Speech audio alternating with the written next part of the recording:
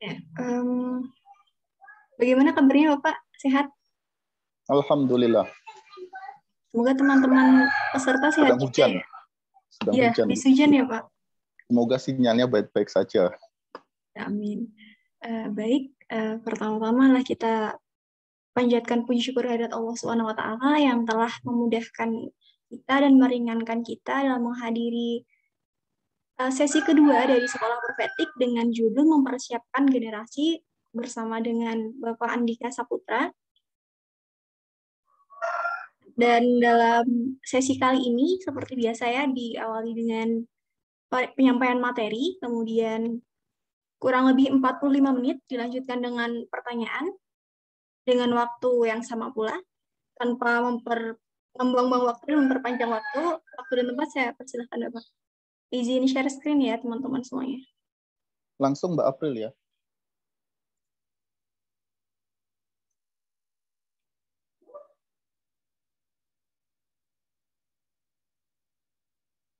Sudah kelihatan ya Pak? Kelihatan. Terima Ya. kasih Mbak April. Bismillahirrahmanirrahim. Assalamualaikum warahmatullahi wabarakatuh. Waalaikumsalam warahmatullahi wabarakatuh. Alhamdulillah. Alhamdulillahilladzi arsala rasulahu bil huda wa dinil haqq liyudhhirahu 'ala dini kullihi wa kafa billahi syahida. Asyhadu an la ilaha illallah wahdahu la syarikalah wa asyhadu anna Muhammadan abduhu wa rasuluhu la nabiyya ba'da.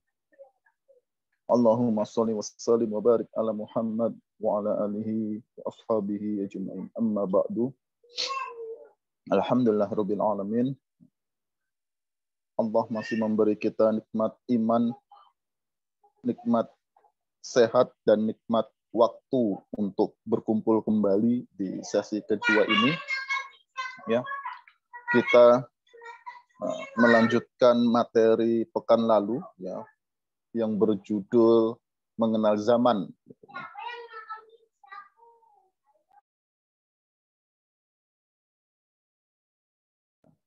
Di materi pekan lalu ya, kita dapat mengambil kesimpulan ya, bahwasanya kita sedang hidup di tengah zaman modern yang dibentuk oleh suatu proses yang kita sebut dengan industrialisasi. Yang kemudian oleh Kunto Wijoyo, zaman tersebut ya dinyatakan sebagai tantangan terbesar umat Islam pada khususnya dan bangsa Indonesia pada umumnya, yakni industrialisasi yang berjalin kelindan dengan liberalisasi.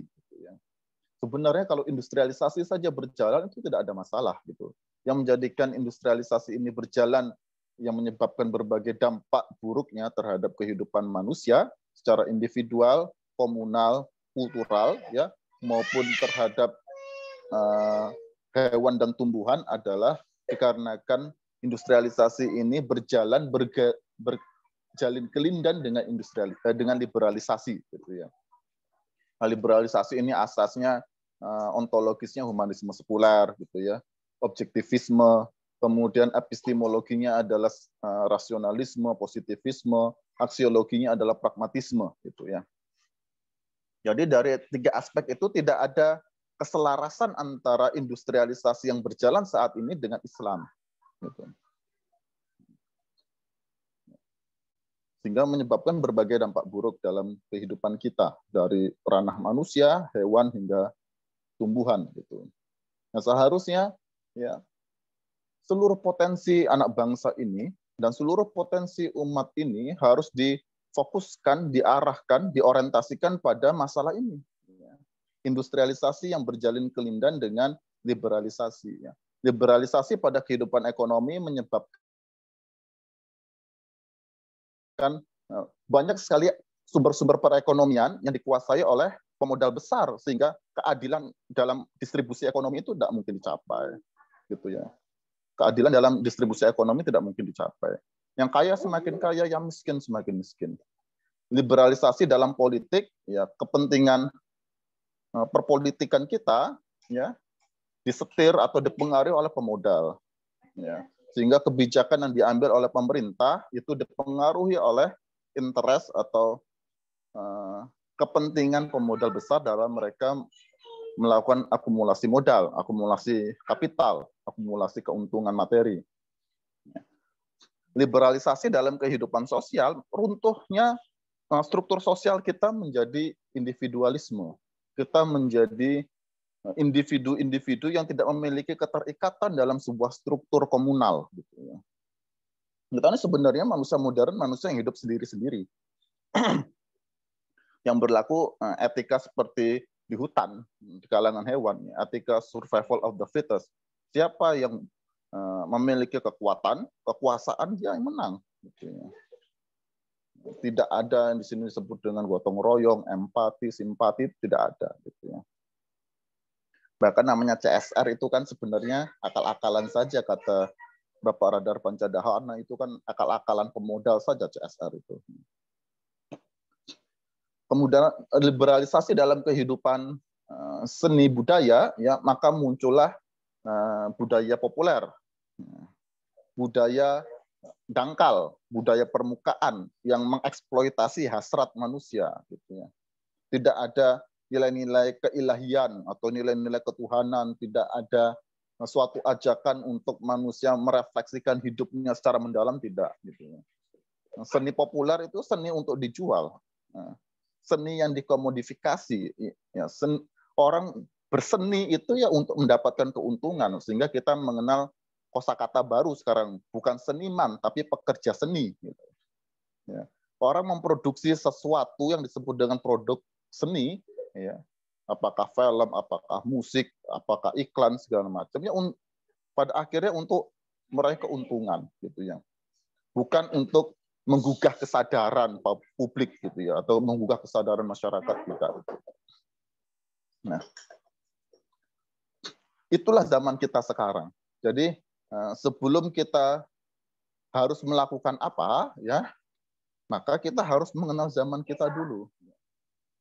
Tanpa kita mengenal zaman, kita tidak tahu harus kemana, harus melakukan apa. Sehingga kita dalam kebingungan, berpuluh-puluh tahun kita mengalami kebingungan.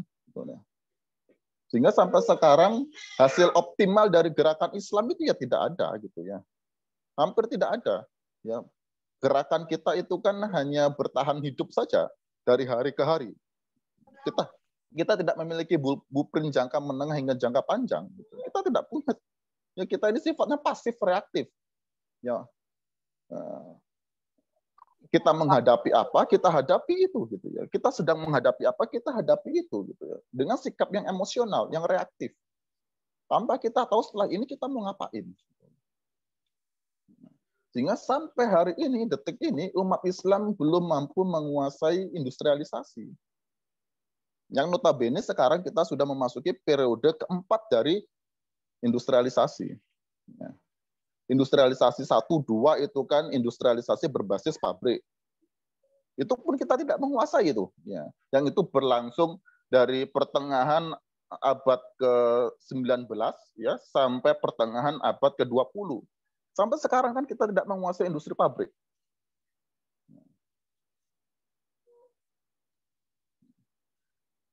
Industrialisasi tahap ketiga, industrialisasi berbasis informatika, kantor pencakar langit tinggi-tinggi, ya, yang ditutupi oleh kaca. Kita pun tidak menguasai itu. Industrialisasi keempat, industrialisasi kecerdasan buatan, dan kita pun tidak mengarah ke sana masalahnya. Nah, sekarang kita gerakan Islam ini mau kemana? Itu menjadi pertanyaan besar kita. Kita ini mau kemana? Kita mau melakukan apa? Dan apa yang hendak kita wujudkan itu kan masih bingung kita itu. Ya, sehingga kita gerakan Islam ini hanya sekedar hidup dari hari ke hari saja. Yang penting kita bisa hidup hari ini, ya sudah, kita seakan-akan tidak punya masalah lagi. Gitu loh.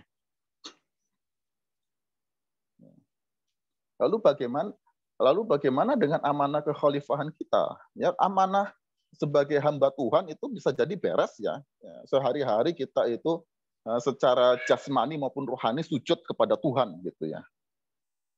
Tetapi bagaimana peran kekhalifahan kita? untuk mewujudkan kehendak Tuhan di muka bumi ini? Kan menjadi pertanyaan besar tanpa kita mengetahui kita hidup di zaman apa. Seakan-akan Islam ini masih hidup di zaman 7 Masehi di lanskap padang pasir. Dan itu menjadi permasalahan besar bagi gerakan Islam ini karena kita merasa tidak tahu arah gitu ya. Kita merasa kita tidak mengenal zaman. Yang terjadi pada kita sekarang kan kita ribut sendiri. Ya, kita hanya berkutat pada masalah khilafiyah. Ya, masalah khilaf di kalangan ulama itu sudah terjadi beratus-ratus tahun dan tetap kita bicarakan sampai hari ini tanpa ujung akhirnya. Ya. Kemudian yang kedua, ya kita salah mengidentifikasi musuh. Ya. Kita masih terjebak pada ideologisasi pada pertengahan abad ke-20. Seakan-akan sekarang musuh kita ini masih komunisme. Ya.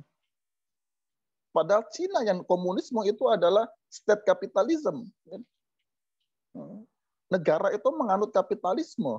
Walaupun dari segi politiknya dia komunisme, tapi dari segi ekonominya kapitalisme. Sehingga tidak bisa lagi kita bicara komunisme ortodoks, bagaimana dulu Stalin dan Lenin. Nggak bisa di zaman sekarang. Dan umat Islam, karena peristiwa 1965, masih merasa musuh besarnya komunisme, yang suka nggorokin lehernya umat Islam gitu. Begitu kita bicara kapitalisme, ya, kita tidak ada suaranya karena kita merasa nyaman dengan kapitalisme yang setiap bulan memberi kita gaji ya kapital itu, ya, pemodal itu. Kita merasa nyaman ketika bicara kapitalisme, sehingga di sanalah keterjebakan kita. Begitu, ya. Sehingga kita pada hari ini akan berbicara materi mempersiapkan generasi. Setelah kita mengetahui kita sedang hidup di zaman apa, marilah kita sekarang bicarakan, ya, kira-kira apa yang bisa kita lakukan di zaman ini. Mau diarahkan kemana generasi kita ini?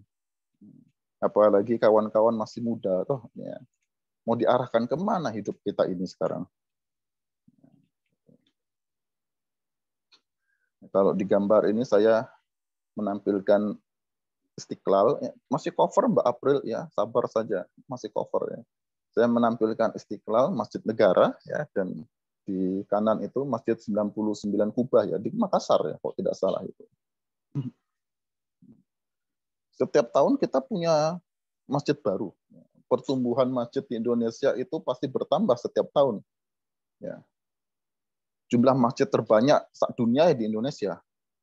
Bahkan setiap tahun kita memiliki masjid baru, bukan saja masjid permukiman, tapi juga masjid jami yang kualitas arsitekturalnya itu monumental, megah, besar.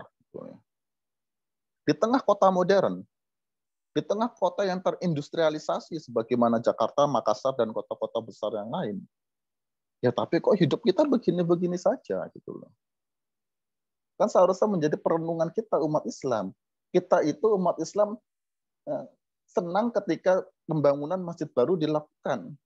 Tapi setelah masjid itu berdiri, mau apa itu masjid? Gitu. Kita bingung jadinya. Kebingungan kita dalam mengelola masjid itu mencerminkan kebingungan kita sebagai umat mau apa dan kemana. Gitu.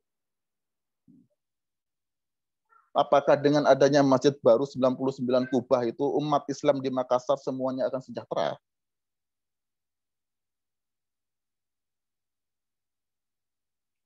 Kalau di Solo itu ada 2 masjid baru, ya, 2 masjid besar yang baru, monumental. Yang satu itu masjid di area Sriwedari dan satu lagi masjid baru, ya, hibah dari Uni Emirat Arab kalau tidak salah kepada Presiden Jokowi. Solo itu kota kecil dan akan punya 2 masjid besar yang baru dan jauh lebih besar dari Masjid Keraton.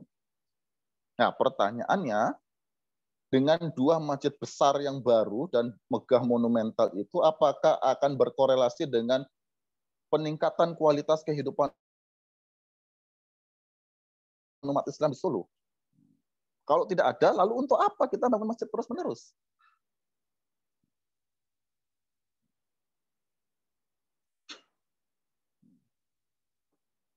Dan itu menjadi pertanyaan kita semua. Setiap permukiman kita punya masjid. Lalu kenapa umat Islam di sekitar masjid itu tidak sejahtera. Sementara Rasul Muhammad Shallallahu Alaihi Wasallam ketika tiba di tanah hijrah, setelah mempersaudarakan Muhajirin dan Ansor, ya, agar semua sahabat beliau memiliki hunian, ya, yang dilakukan oleh Rasul Muhammad adalah mendirikan masjid.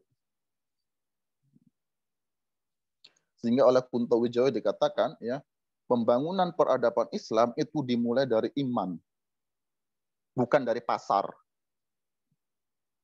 Bukan dari pabrik, bukan dari kantor. Dari masjid, simbolisasi dari iman, spiritualitas. Dari sanalah lahir generasi terbaik.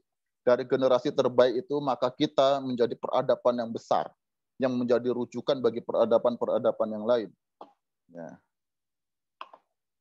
Satu-satunya peradaban ketika masa Umar bin Khattab dan Umar bin Abdul Aziz, ya tidak ada namanya orang miskin di sana itu. Baik miskin spiritualitas maupun miskin materi. Nah, lalu kenapa sekarang kita setiap bangun masjid, tidak terjadi perubahan dalam kehidupan kita menjadi lebih baik? Padahal Rasul Muhammad hanya membangun satu masjid. 2 masjid lah dengan Kuba, tapi Kuba itu masjid non-permanen ketika itu, hanya masjid transit saja Kuba itu.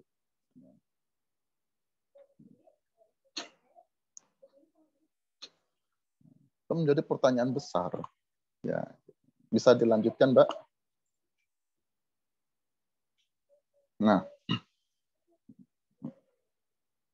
kita umat Islam di tengah industrialisasi, kalau materi yang lalu itu kita bicara masalah industrialisasi secara umum, ya. Yang masalah itu tidak saja dialami umat Islam, tapi juga dialami oleh seluruh umat beragama. Bahkan dialami juga oleh orang ateis, gitu. Ya. Tapi sekarang kita bicarakan dulu, ketika kita berbicara generasi kita ini mau diarahkan kemana, kita bicara dulu, industrialisasi itu menyebabkan apa terhadap Islam dan umatnya secara spesifik, secara khusus. Gitu ya. Yang terjadi pertama adalah disebut dengan mistifikasi Islam, kata Kunto Wijoyo. Ya. Islam itu menjadi mistik, misterius. Kalau katanya Kunto Wijoyo, mistifikasi Islam itu atau disebut dengan mistik realitas, ya, terputusnya antara Islam sebagai teks, ya, Al-Quran dan hadis, dengan konteks kehidupan kita pada hari ini. Sehingga pembicaraan kita mengenai Islam, ya, kita belajar Islam di masjid, kita mengkaji Islam di masjid, ya, kita memahami Islam, mengamalkan Islam di masjid, itu tidak ada hubungannya dengan dunia sehari-hari yang kita alami di tengah industrialisasi. Islam terputus dari realitas kehidupan kita sehari-hari.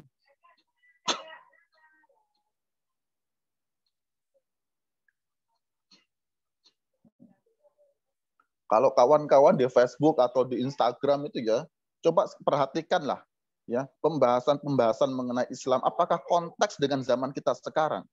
Apakah konteks dengan kebutuhan kita sekarang? Apakah sesuai dengan tantangan hidup industrialisasi yang kita alami setiap hari, di mana kesenjangan sosial ekonomi itu gap-nya terlalu jauh, di mana Tuhan dan agama itu disingkirkan, di mana efisiensi itu menjadi tata nilai tertinggi dalam kehidupan.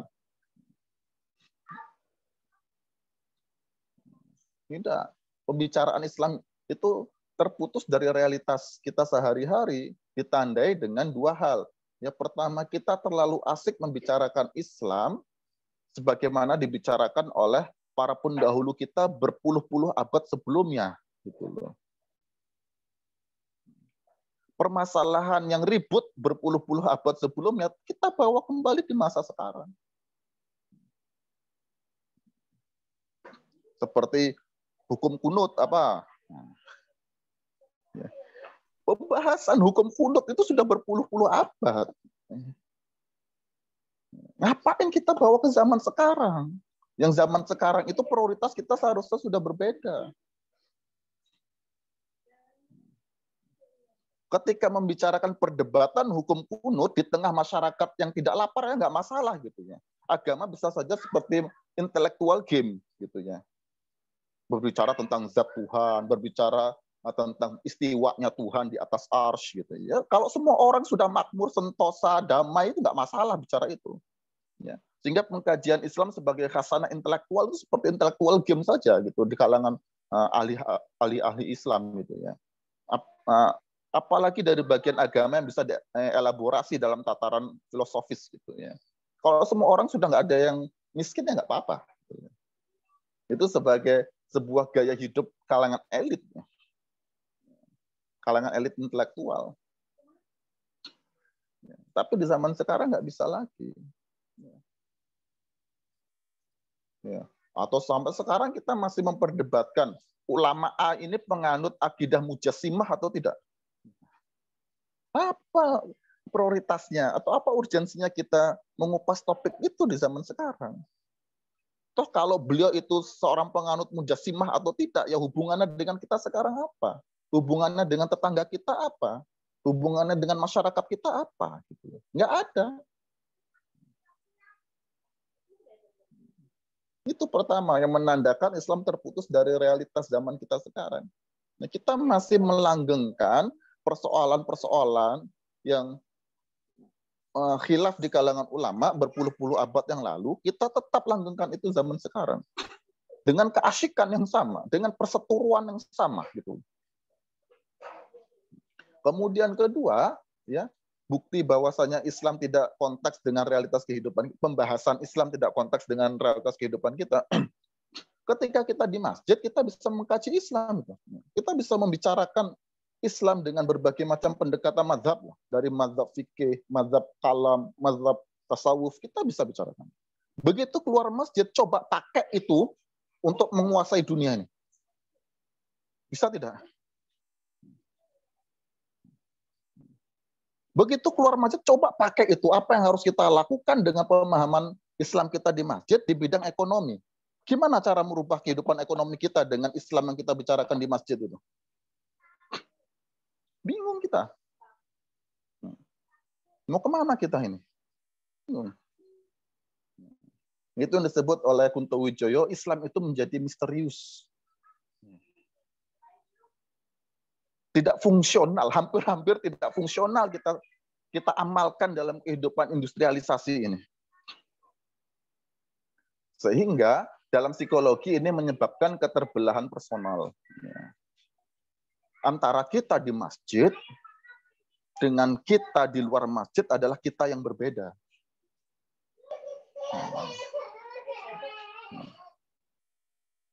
Antara kita di masjid dengan kita di luar masjid adalah kita yang berbeda. Kita di masjid itu bisa saja kita benar-benar mengecam korun ya. Begitu kita di luar masjid, di pasar, di kantor, di perusahaan, di pabrik, kita bisa lebih korun daripada korun. Bisa melanggengkan struktur ekonomi yang zolim kita.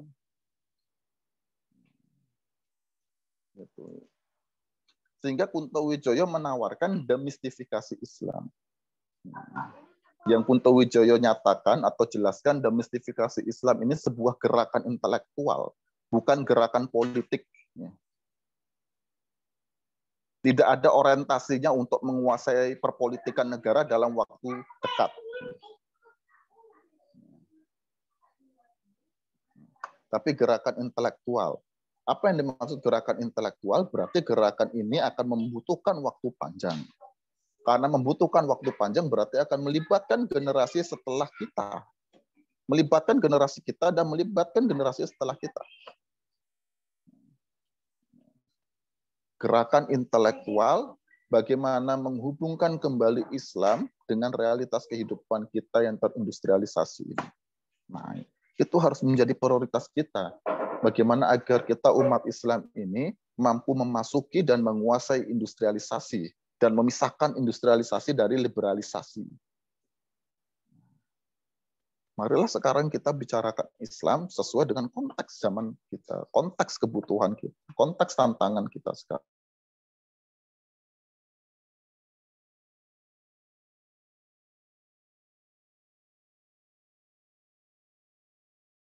Itu yang harus pertama kita lakukan. Ya. Dan itu yang harus pertama kita berikan pemahaman kepada generasi-generasi penerus kita. Ada masalah dengan pemahaman keislaman kita yang terputus dari realitas zaman. Sehingga marilah kita lakukan gerakan intelektual untuk menghubungkan kembali Islam kita ini dengan realitas kehidupan sehari-hari kita. Sehingga kita benar-benar harus tahu kita hidup di zaman apa sekarang. Bisa dilanjutkan, Mbak April?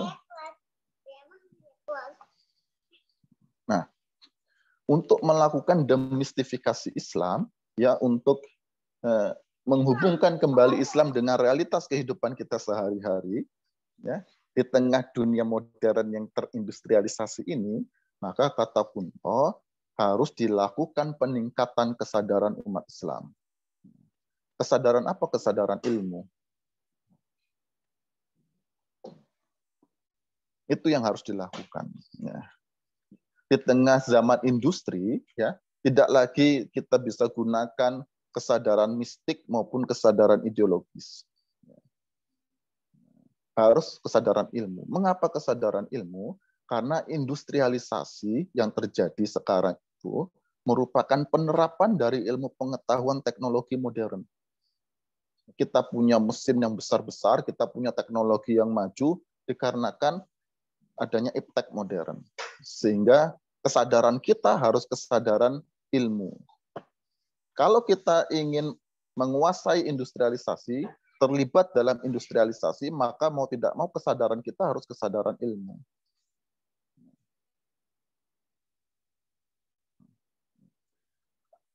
Bukan kesadaran mistik maupun kesadaran ideologi.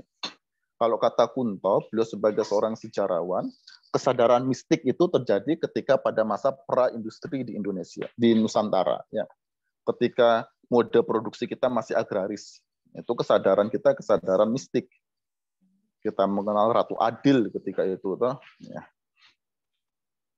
Kesadaran ideologi ya terjadi ketika mulai muncul orientasi perpolitikan, perjuangan umat Islam yang orientasinya perpolitikan, yang dimulai oleh SDI, kemudian SI, gitu ya.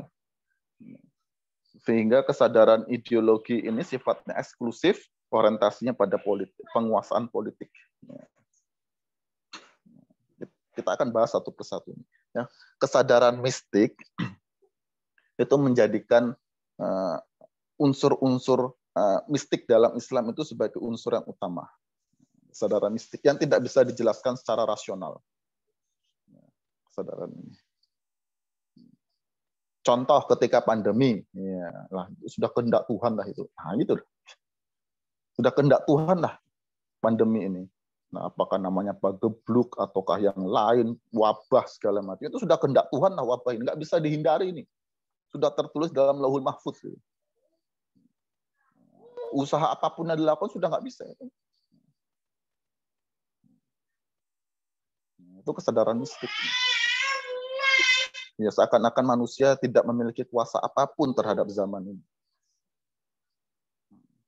Ketika dijajah dulu, banyak umat Islam pasif. Ya, ini sudah kehendak Tuhan lah. Tuhan sudah menghukum kita lah ini, sehingga kita dijajah oleh bangsa lain. Bisa jadi karena kita banyak dosa itu. Sehingga bertobatlah kita, ke masjidlah kita, zikirlah kita untuk melawan penjajah itu.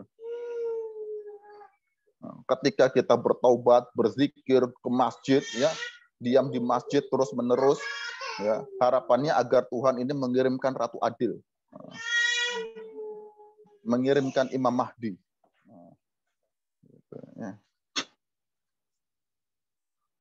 Kita terlalu fokus pada unsur-unsur keislaman yang sifatnya gaib.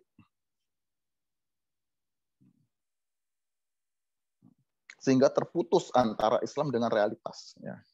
Terputus. Melawan penjajah tidak dengan strategi dan senjata, tapi melawan penjajah dengan zikir di masjid. Menang tidak? Ya tidak, gitu masalahnya. Tidak. Kemudian kesadaran ideologis, ya kesadaran ini sifatnya eksklusif dan orientasinya penguasaan politik. Sehingga Islam dalam tataran ideologis adalah Islam yang selalu dibenturkan dengan ideologi yang lain. Kenapa? Karena dalam penguasaan politik itu kekuasaan, ya, maka kita harus merebut kekuasaan itu dari pihak lain. Gitu, ya. Islam harus dibenturkan dari penguasa. Islam harus dibenturkan dari ideologi-ideologi lain yang bertentangan dengan Islam. Sifatnya eksklusif. Maka terjadilah benturan antara Islam dengan komunisme. Makanya ada SI putih, SI merah. Sarekat Islam putih, Sarekat Islam merah. Yang satu Islam, yang satu komunis. Dibenturkan lah. Gitu.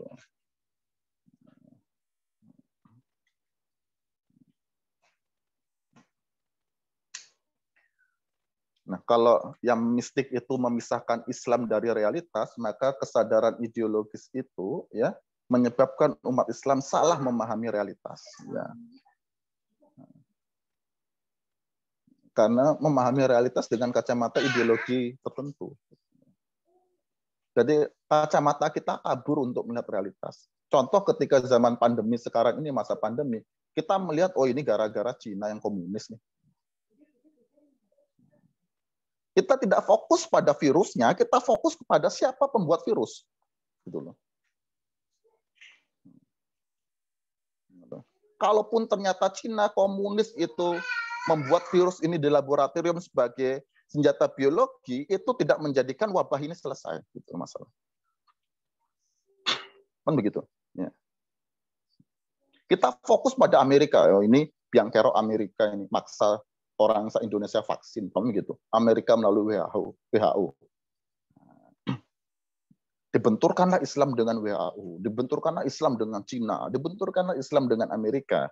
Apakah dengan itu wabah beres? Ya tidak, masalah.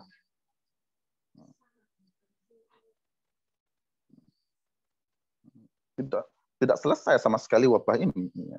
Bahkan banyak dari umat Islam menjadi korban. Toh. Wah, ngapain kita pakai protokol kesehatan? Ngapain jadi budaknya WHO? Apa yang terjadi? Terinfeksi kita. Kan itu human cost yang tidak perlu. Karena apa? Kesadaran kita bermasalah sebenarnya.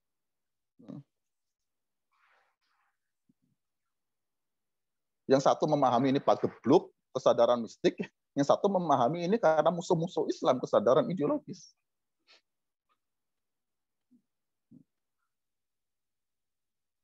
Nah, bagaimana kesadaran ilmu menanggapi pandemi? Apa yang bisa dilakukan umat Islam untuk menyelesaikan pandemi sekarang ini? Yang pandemi itu adalah virus. Kita singkirkan dulu lah, ini perbuatan siapa, ya apakah ini benar-benar mutasi alami atau dilakukan di laboratorium, segala macam. Kita singkirkan itu. Secara faktual, nah, kesadaran ilmu ini berkaitan dengan data empirik. Data lapangan. Secara faktual, setiap hari ada yang meninggal karena virus ini. Bahkan sampai 1.700-an sekian setiap hari itu. Itu meninggal karena virus ini. Secara faktual, ya, tenaga kesehatan pun banyak yang meninggal karena terinfeksi virus ini. Itu semua fakta-fakta yang tidak bisa disingkirkan karena untuk alasan ideologi. Nah, itu dibiarkanlah dulu lah. Gara-gara mereka ikut WHO, mereka mati. Gitu. Oh, kesadaran ideologis kan begitu. Itu orang-orang yang diperbudak oleh vaksin kan banyak bicara gitu. Kenapa? Karena kita itu tidak punya tenaga di bidang virologi yang mumpuni. Apakah umat Islam sekarang turut terlibat dalam penelitian vaksin yang dibiayai sendiri oleh umat Islam, diproduksi sendiri oleh umat Islam, oleh pabriknya umat Islam, diedarkan secara luas oleh institusinya umat Islam? Ya tidak. Dalam ketidakberdayaan itulah kita melarikan diri ke dalam kesadaran mistik dan kesadaran ideologis. Dan itu bermasalah di zaman sekarang. Apalagi besok industrialisasi keempat. Kita punya berapa pakar kecerdasan buatan sebenarnya?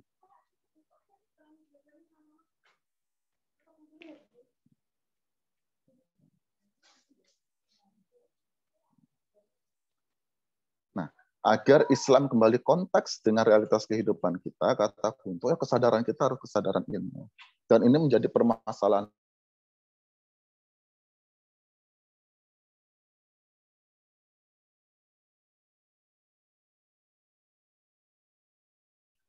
Ini salah satu pembahasan yang digeluti oleh Ustadz Ahmad Tohafaz yang juga diundang oleh kawan-kawan inspirasi Mas Ari.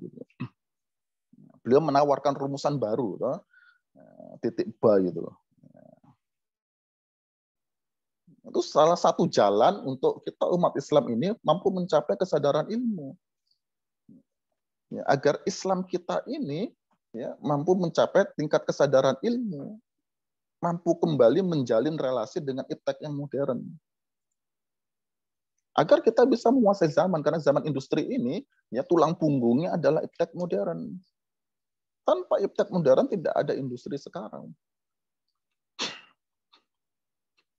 Kecuali kalau kita ingin kembali hidup seperti abad ke-7 Masehi. Nggak perlu industri kita.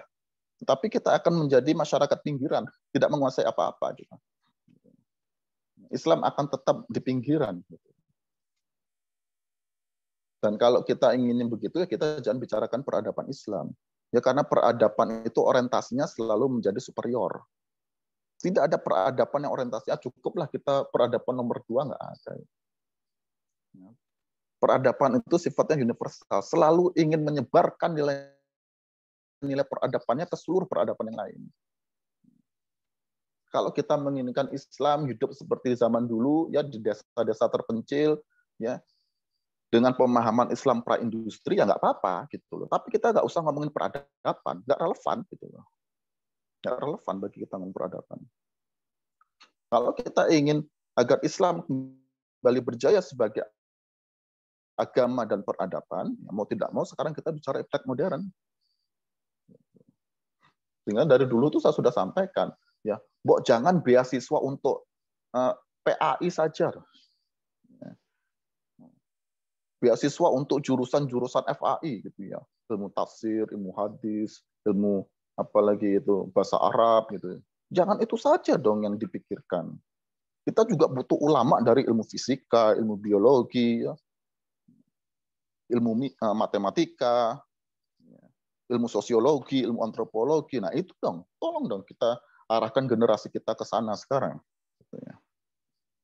Khususnya apa ya, ambil zakat itu ya kalau memberikan beasiswa, cobalah sekarang prioritas itu dilihat yang lain. Ya, jangan hanya untuk usuluddin gitu ya.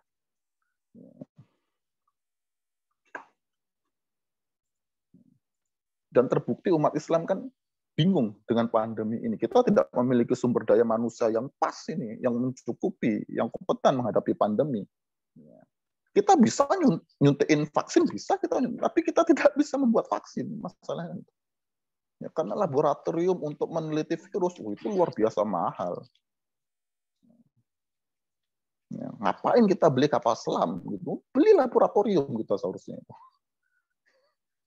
Jangan dagel lah gitu ya. Kita itu tidak sedang akan berperang dengan siapa-siapa, sehingga kita tidak butuh kapal selam. Peperangan zaman sekarang itu di laboratorium. Gitu.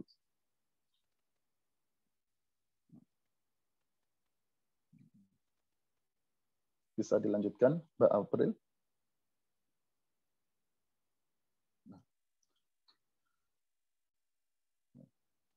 Karena pemahaman Islam kita bermasalah, ya, dan kesadaran kita bermasalah, maka dampaknya pada institusi masjid kita. Masjid kita juga bermasalah sekarang. Masjid kita itu ditaklukkan oleh pasar. Dan itu merupakan cerminan dari takluknya spiritualitas di bawah kepentingan ekonomi. Bisa dicek tuh kawan-kawan. Ada tidak masjid punya mall? Yang ada kan mall punya masjid. Itu kan menandakan masjid kita kalah. Gitu. Masjid itu hanya menjadi salah satu fasilitas dari pasar, dari ruang ekonomi. Ada tidak sekarang kantor, masjid punya kantor? Enggak ada. Yang ada sekarang kantor punya masjid. Ada tidak sekarang masjid punya pabrik? Enggak ada. Sekarang itu pabrik punya masjid.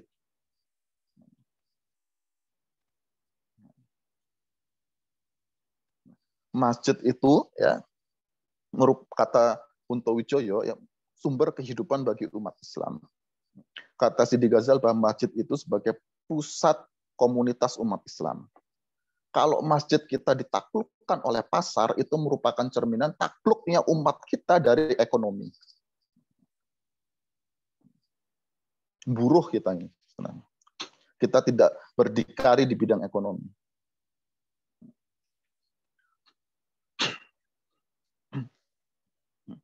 Kita senang sebagai pegawai kantor kita punya masjid. Itu menandakan kita itu inferior. Bisa tidak kita memandang dengan adanya masjid di kantor itu, marilah kita menguasai kantor dari masjid. Bagaimana kantor kita itu ruhnya dari masjid. Kita perbaiki sistem-sistem yang zalim. Dari masjid dimulai. Itu yang dilakukan Rasul Muhammad. Menguasai pasar di Madinah dimulai dari masjid.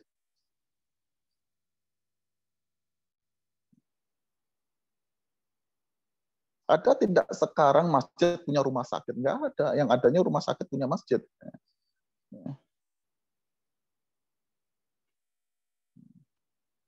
Dan itu celaka bagi umat Islam. Kalau umat Islam tidak menguasai masjid dan tidak mampu menjadikan masjid sebagai ruang paling penting dalam kehidupannya, ruang menjadi pusat kehidupan di tengah industri ini, maka sampai kapanpun tidak akan wujud peradaban Islam. Karena peradaban Islam itu dari masjid. Dari spiritualitas kita di masjid. Nah, karena masjid ini takluk oleh pasar, maka perilaku kita umat Islam kan sekedar menjadikan masjid sebagai ruang istirahat, ruang pelarian.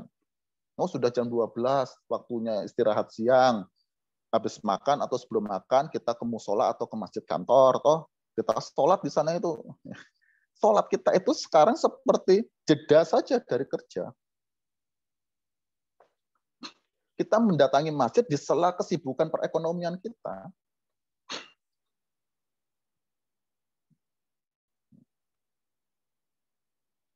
Itu yang disebut oleh Kunto itu masjid itu seperti tempat bus, seperti halte bus.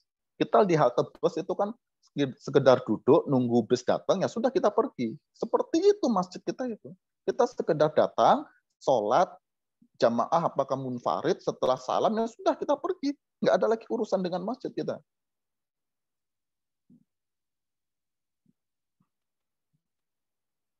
Padahal masjid itu perannya 3. Masjid itu perannya 3.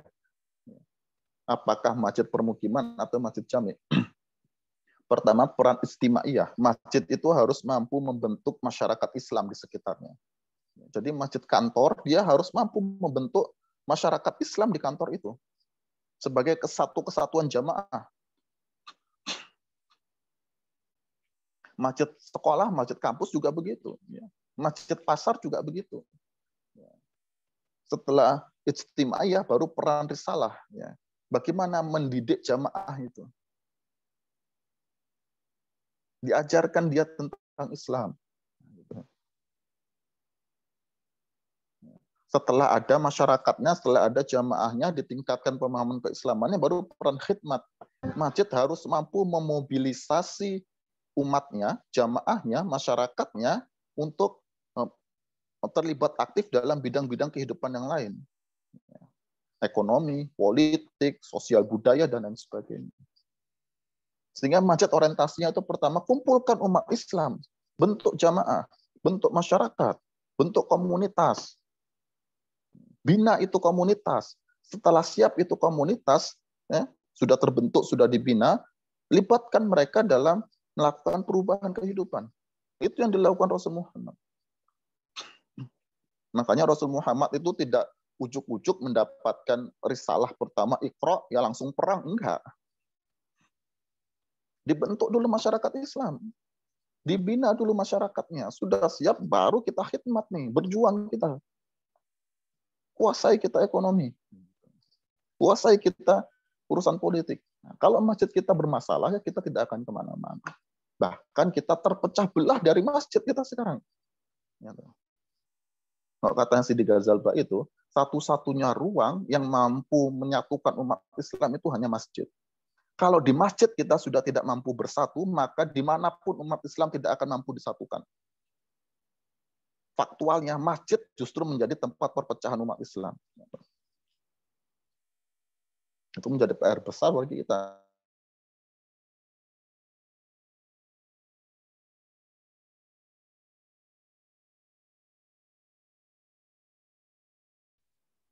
Bisa dilanjutkan, Mbak April?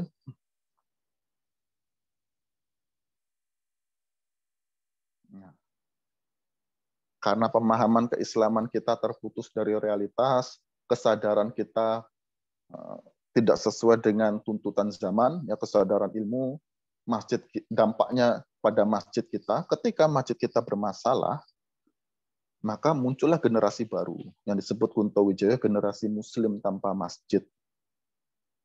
Generasi yang secara psikologis, secara sosial dan intelektual tidak memiliki hubungan apapun dengan masjid. Islam KTP istilahnya.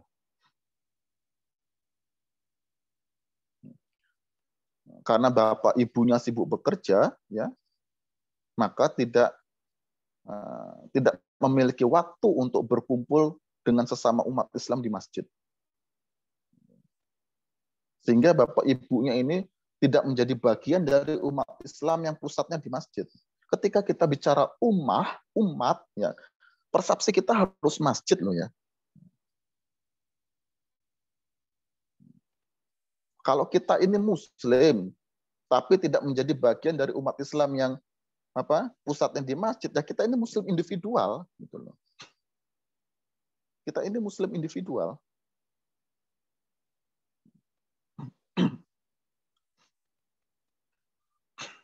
Karena konsepnya begini ya kawan-kawan. Ya. Nah,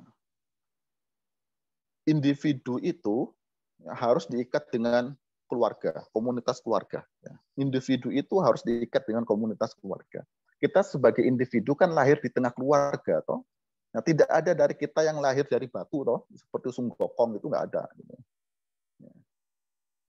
Kita itu lahir dari keluarga, ada bapaknya, ada ibunya, gitu.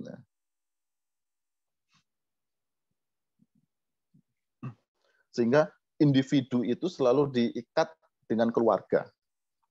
Tidak ada individu dibiarkan sendiri.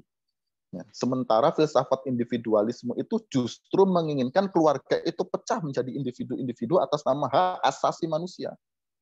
Seorang anak ya, didorong untuk lepas dari orang tuanya, dan orang tuanya tidak diperbolehkan mengekang anaknya atas dasar apa?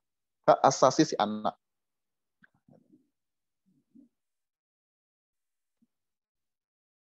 Nah, anak yang lepas dari keluarga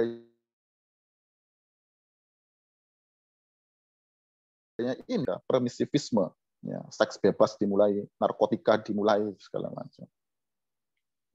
Transfer moral dari orang tua tidak sampai kepada generasi selanjutnya.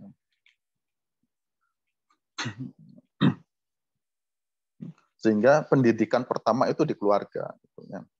Jadi konteksnya individu itu selalu keluarga. Ya, tidak boleh individu itu dilepaskan dari keluarga. Itulah mengapa ketika Rasul Muhammad tiba di Madinah, langsung dipersaudarakan Muhajirin dan Ansor. Agar apa? Agar Muhajirin, sahabat yang ikut hijrah, ini punya keluarga baru. Tidak sendirian dia di tanah hijrah. Individu tidak boleh dibiarkan sendiri.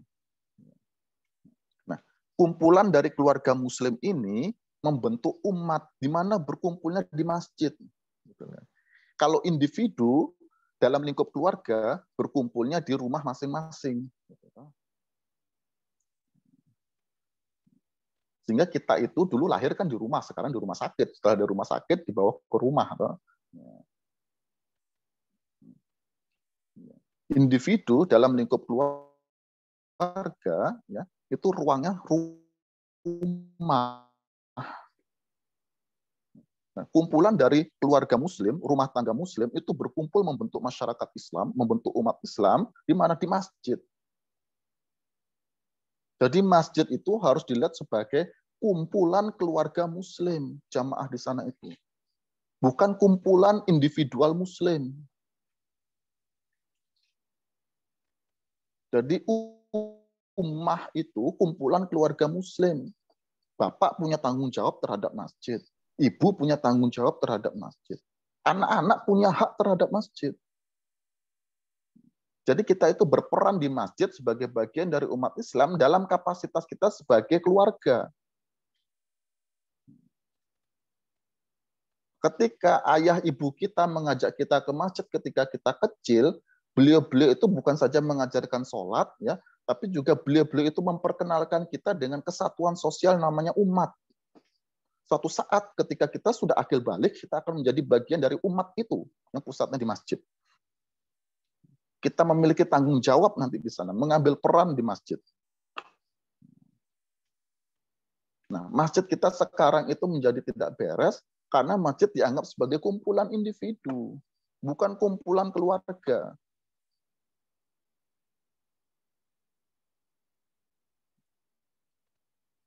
Nah, ketika bapak ibunya sibuk bekerja, ya, sehingga tidak memiliki kelonggaran waktu untuk menjalin komunikasi dengan sesama umat Islam di masjid, nah, sehingga masjid kita tidak terbentuk masyarakat Islam, ya, maka lahirlah nanti generasi yang sedari kecil dia tidak punya hubungan sama sekali dengan masjid.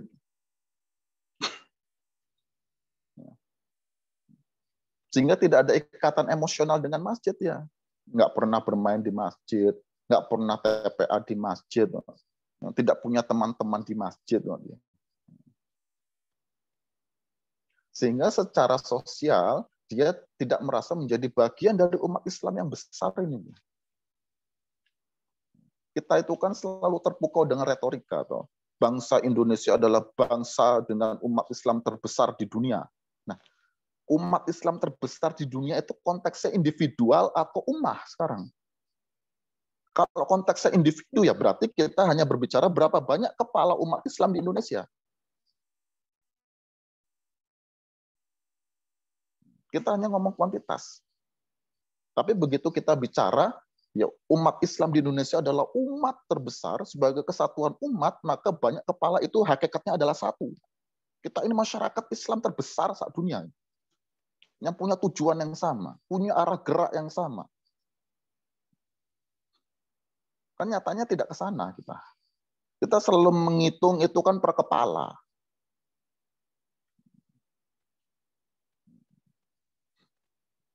Dan ini masalah besar di kota-kota modern industrial. Munculnya generasi Muslim tanpa masjid. Generasi Islam KTP itu. Masjid kita tidak mampu untuk menarik generasi ini menjadi bagian dari umat. Karena masjid kita sudah kalah dari ruang ekonomi tadi.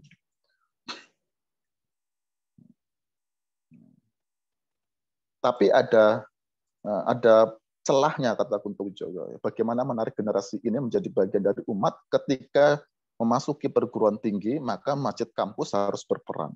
Jamaah masjid kampus itu harus berperan. Menarik generasi Muslim tanpa masjid itu menjadi bagian dari umat Islam. Maka muncullah gelombang hijrah pertama, itu tahun 70-an itu muncul gelombang hijrah pertama. Di Salman, ITB, di masjid kampus UGM dengan jamaah Salahuddin muncul gelombang hijrah itu. Bagaimana jamaah masjid kampus itu mampu menarik, memiliki daya tarik yang kuat agar generasi Muslim tanpa masjid ini mengenal Islam, belajar Islam. Sehingga kita dapati dari gelombang hijrah pertama itu, ya, banyak institusi perpolitikan kita, ya, pemerintahan kita sampai institusi perekonomian kita itu diisi oleh orang-orang yang lulusan masjid kampus. Nah, sekarang kita kedapatan atau kita melihat terjadinya gelombang hijrah kedua. Berarti generasi Muslim tanpa masjid 2.0 itu sekarang. Tanpa orang bisa ke masjid, tanpa orang ke masjid, dia sudah merasa menjadi bagian dari umat. Pakai sentimen Palestina, pakai sentimen Israel, dan lain sebagainya. Pakai sentimen Uighur, sebagainya. Tapi tetap saja generasi itu tidak berpusat di masjid, dan itu menjadi masalah. Kita bisa bicarakan itu nanti. Ya. Bisa dilanjutkan, Mbak?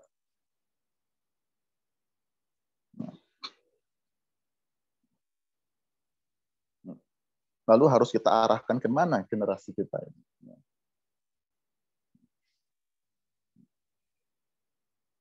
Kunto itu menyatakan begini, ya, industrialisasi itu keniscayaan sejarah. Kita tidak bisa memutar zaman kembali ke zaman agraris seperti dulu, nggak bisa. ke zaman pra-industri itu kita nggak bisa lagi. Kalaupun bisa, cost-nya terlalu mahal, terlalu tinggi. Industrialisasi itu keniscayaan sejarah yang harus kita terima. Kita memang hidup di zaman industri. Jadi janganlah sekali-sekali kita berpikir kembali hidup di zaman abad ke-1 Masehi, abad ke-7 Masehi, abad ke-12 Masehi. Ini kenyataan sejarah yang harus kita terima. Dan kata Kunto Wijoyo, ya, peradaban Islam seharusnya dibangkitkan melalui industrialisasi. Jadi peradaban besar itu bisa diwujudkan dengan industrialisasi, sebagaimana peradaban Barat sekarang dengan industrialisasi. Masalahnya mereka industrialisasinya berjalan kelindan dengan liberalisasi. Kunto Wijoyo optimis, ya, peradaban Islam bangkitkan kembali dengan jalan industrialisasi yang asasnya adalah spiritualitas Islam.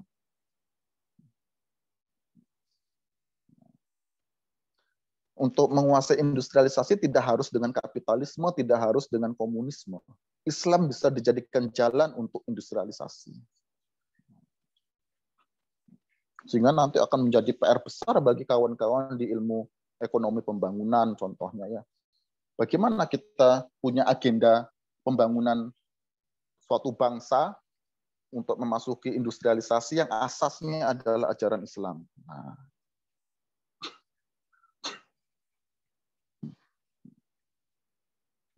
Nah, lalu harus ke arah mana industrialisasi ini kita arahkan? Ke arah cita-cita profetik Islam. Apa itu? Humanisme, humanisasi, liberalisasi, dan transendensi. Ya, cita-cita profetik ini Kunto Wijoyo simpulkan dari surah Ali Imran ayat ke-110. Gitu ya. Kuntum khairu ummatin ukhrijat linnas, kata Kunto Wijoyo, ini tantangan dari Allah ini. Kalau kita ingin menjadi umat terbaik di kalangan manusia, maka ta'muruna bil ma'ruf wa tanhauna 'anil munkar wa tu'minuna billah. Ta'muruna bil ma'ruf, humanisasi. Bagaimana kita mewujudkan suatu kondisi zaman manusia itu benar-benar dimanusiawikan. Ya, manusia itu punya jasad dan dia punya ruh. Penuhi kebutuhan jasadnya, penuhi kebutuhan ruhnya. Jangan biarkan orang itu lapar perutnya, dan jangan biarkan orang lapar jiwanya. Wa tanhauna 'anil munkar, liberasi. Bebaskan manusia dari segala struktur yang merusak kemanusiaannya. Bebaskan dia dari perekonomian yang menindas. Bebaskan dia dari perpolitikan yang dikuasai oligarki.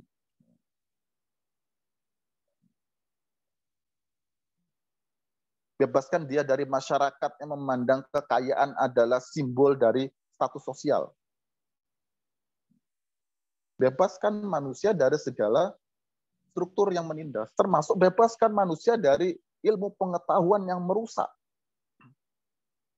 Sehingga sudah saatnya kita membuang ilmu ekonomi yang diktumnya adalah kebutuhan manusia tidak terbatas, sementara sumber daya terbatas. Karena diktum ekonomi seperti itu meniscayakan terjadinya perebutan sumber daya. Manusia banyak, kebutuhannya tidak terbatas, sementara sumber daya ini terbatas. Sumber daya alam terbatas. Jadi apa yang terjadi? Rebutan. Yang kaya menguasai segalanya. Harus dibebaskan dari ilmu pengetahuan yang merusak seperti itu. Dan transendensi. Dekatkan manusia dengan Tuhan. Jadi harus ke arah mana industrialisasi yang berasaskan tauhid? Industrialisasi sebagai jalan ini harus mampu mewujudkan peradaban di mana manusia dimanusiawikan sepenuhnya, manusia dibebaskan dari segala kerusakan, dan manusia didekatkan terus-menerus dengan Tuhannya. Jadi ketika kembali menghubungkan Islam dengan realitas kehidupan, ya, meningkatkan kesadaran kita mencapai tataran kesadaran ilmu, ya, mengaktifkan kembali masjid kita sebagai rumah peradaban, rumah umat, gitu ya, dan menyelesaikan masalah generasi Muslim tanpa masjid. Orientasi kita harus pada cita profetik Islam ini, untuk mewujudkan kondisi kehidupan yang humanis, ya, liberalis dan transendens dengan jalan industrialisasi. Sehingga yang diinginkan Kunto Wijoyo itu ya kita menguasai industri ya yang asasnya spiritual ya, untuk mewujudkan kehidupan yang humanis, liberalis dan transendens ini.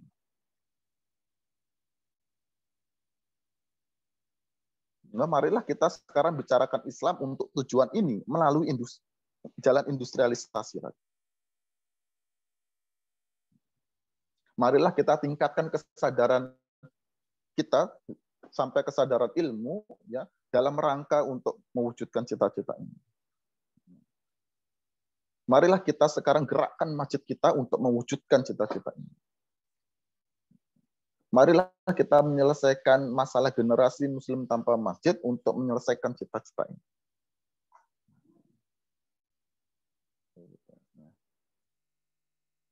Bisa dilanjut.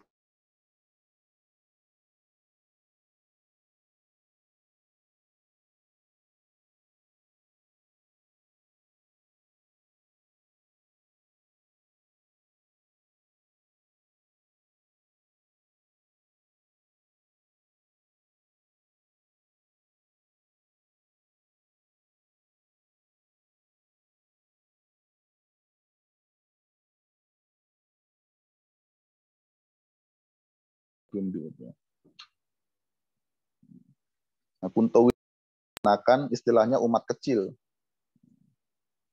Dari mana kita membentuk umat kecil? Dari masjid kampus, kata Kunto Wijoyo.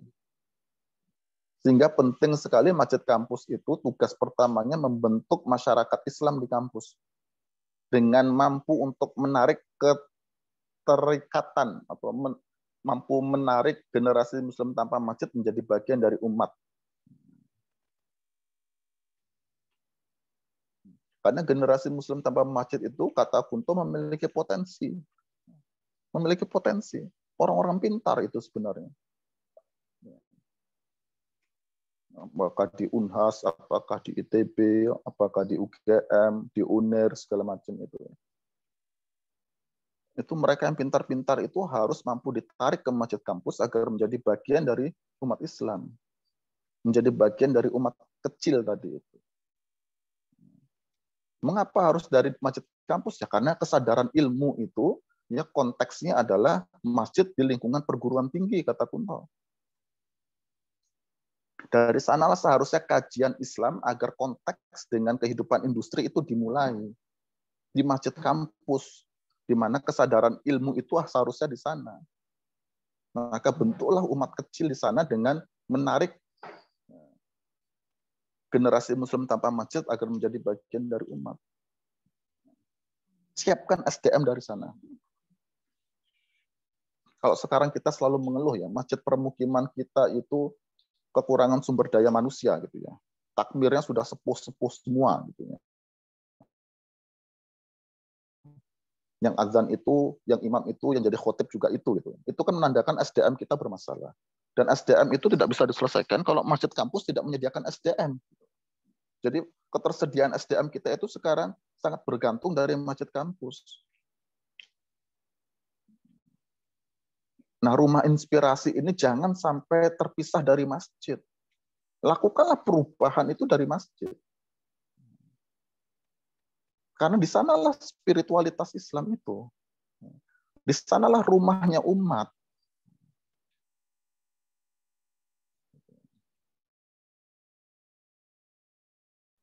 Nah, kalau sudah terbentuk umat kecil, maka Kunto Wijoyo menawarkan 3 agenda. Pertama, melakukan perubahan sistem pengetahuan. Nanti beliau beri istilah dengan ilmu sosial profetik. Bagaimana cara menghubungkan Islam dengan realitas industri? Ya. Hubungannya atau jembatannya adalah ilmu sosial profetik, kata Kunto.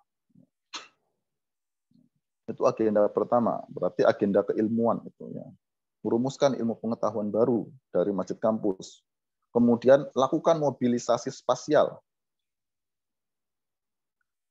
Umat Islam atau umat kecil yang di masjid kampus itu dia harus mampu untuk merembes kemana-mana. Bukan saja dia ngedonnya di masjid kampus, ya diam saja di masjid kampus, tidak. Dari masjid kampus dia harus bisa kemana-mana. Dia harus bisa ke permukiman, dia harus bisa masuk ke pemerintahan, dia harus bisa masuk ke pasar-pasar gitu ya. Rembesan sosial istilahnya dalam ilmu sosiologi. Dia harus mampu merembes secara vertikal dan horizontal. Merembes secara vertikal ya harus ada presiden lulusan masjid kampus.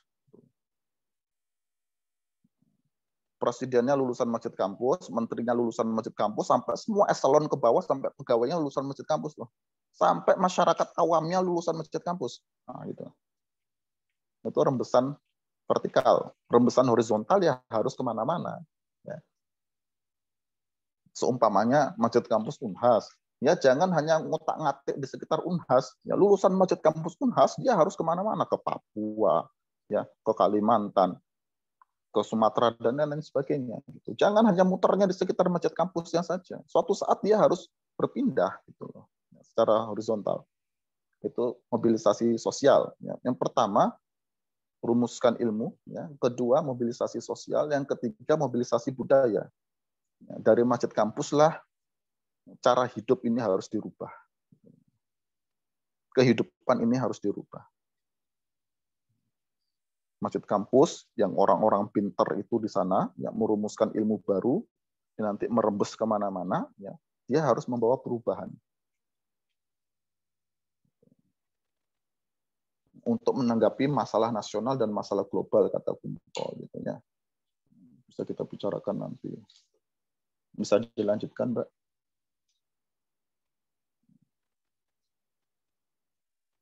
Nah, lalu masalahnya, dakwah seperti apa yang harus kita mulai dari masjid kampus untuk menarik generasi Muslim tanpa masjid? Ya, Kunto Wijoyo menawarkan seharusnya gerakan dakwah kita harus bertransformasi, karena zaman kita mengalami perubahan, maka gerakan dakwah juga harus bertransformasi menjadi gerakan dakwah yang industrial.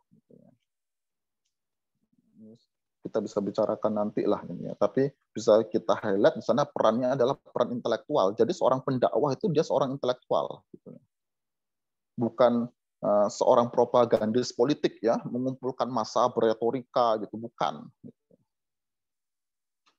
Itu ketika dulu Sarekat Islam melawan penjajahan itu pakai jalannya politik, bukan juga pakai perannya seperti para kiai pada masa praindustri, itu peran sosial gitu ya. Kiai dibutuhkan oleh masyarakatnya sepenuhnya, apapun ditanyakan kepada kiainya itu. Peran sosial ya, kiai itu. Sementara dalam industri itu peran intelektual. Bagaimana seorang dai di kampus itu dia mampu untuk meningkatkan kesadaran ilmu di tengah masyarakat. Memberikan alat baru yang namanya ilmu sosial profetik. Kesadarannya ditingkatkan, diberikan alat baru, ilmu sosial profetik, kemudian digerakkan untuk melakukan perubahan secara evolutif. Ya. Secara evolutif. Karena kesadaran ilmu, gerakan intelektual, itu perubahannya secara evolutif, gradual, pelan-pelan.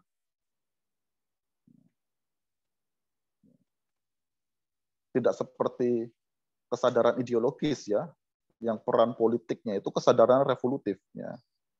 Siapa yang menguasai politik besok akan berubah. Semuanya bisa dirubah. Tapi human cost-nya terlalu tinggi. Penindasan pasti terjadi. Dan penindasan itu kan bertentangan dengan memanusiakan manusia tadi. Dan membebaskan manusia dari segala kerusakan. Kemudian sifatnya harus terbuka, ya, dia harus mampu menerima umat Islam dari berbagai macam golongan dan latar belakang. Terbuka dia. Nggak boleh hanya menerima yang sepemahaman dengan dia. Mazhabmu apa? Hambali nggak boleh. Sini Syafi'i ini nggak boleh begitu. Kamu kalamnya apa? Kamu kalamnya At-Syariah atau Asy'ariyah? Di sini Asy'ariyah ini. Kalau kamu kalami At-Syariah seperti Ibnu Taimiyah nggak boleh masuk. Itu nggak boleh.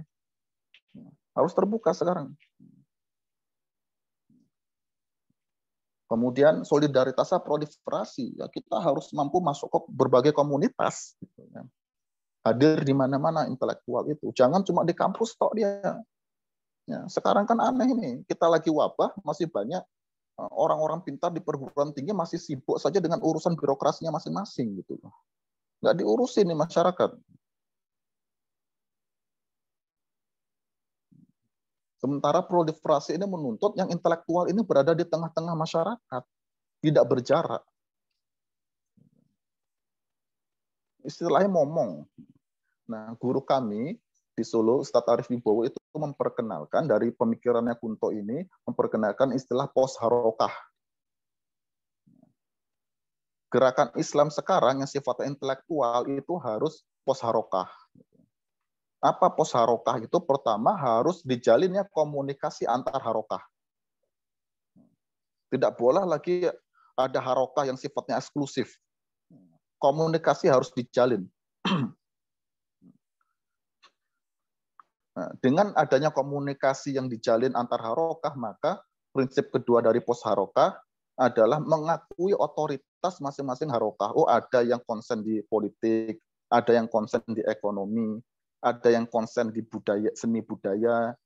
Itu semua harus kita rangkul untuk membuat agenda bersama. Karena peradaban itu membutuhkan kerjasama, bukan sama-sama bekerja. Kita semua sama-sama bekerja ini, tapi arahnya beda-beda toh. Nah, pos harokah pertama prinsipnya komunikasi, kedua pengakuan otoritas. Ketiga, kalau katanya Ustadz Arif ya, pernikahan antar harokah. Tidak boleh lagi ada pernikahan saharokah. Pernikahan antar harokah, yang Muhammadiyah dengan NU nikah, gitu. HTI dengan kami nikah, gitu. Agar apa? Agar lahir anak-anak yang tidak dididik secara ideologis, gitu masalahnya. Untuk menjauhkan anaknya dari cara berpikir ideologis. Dengan cara itulah akan lahir generasi Muslim yang sedari awal kesadarannya sudah kesadaran ilmu. Nah, ini menjadi tantangan kita, bro. Bisa dilanjutkan, Mbak April, yang terakhir.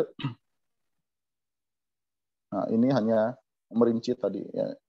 Slide 2D itu hanya merinci dari pembicaraan kita. Ya. Jadi gerakan dakwah sekarang itu media elektronik yang sifatnya terbuka dari kelompok kecil, sifatnya proliferasi, ya. Kemudian mobile. Dan dia tidak boleh terpaku di satu ruang dan waktu. Gitu. Dia harus bisa bergerak terus-menerus. Kira-kira begitu yang bisa saya sampaikan, kawan-kawan. Allahu a'lam bishawab. Silakan kalau ada ingin didiskusikan. Baik, terima kasih banyak untuk penyampaian materinya, Pak Andika. Untuk teman-teman, saya buka sesi tanya jawab. Silahkan yang mau bertanya raise hand, kemudian bertanya, atau bisa juga mengetikkan pertanyaan di kolom chat. Kepada Kak Anissa ya, silahkan open cam dan open mic-nya.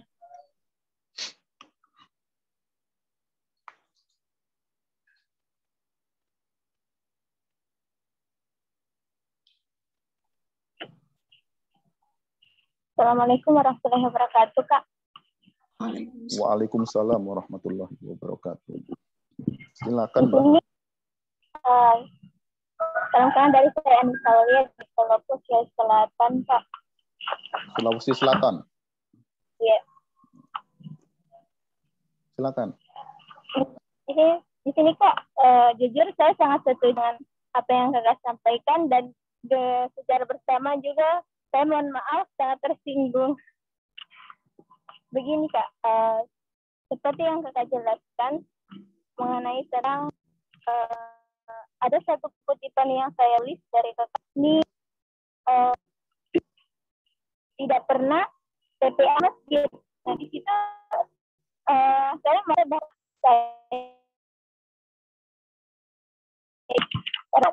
saya istilahnya mengambil TPA terus, tapi TPA-nya itu saya ke bawa ke masjid karena dengan dua pertimbangan. Yang pertama, rumah masyarakat itu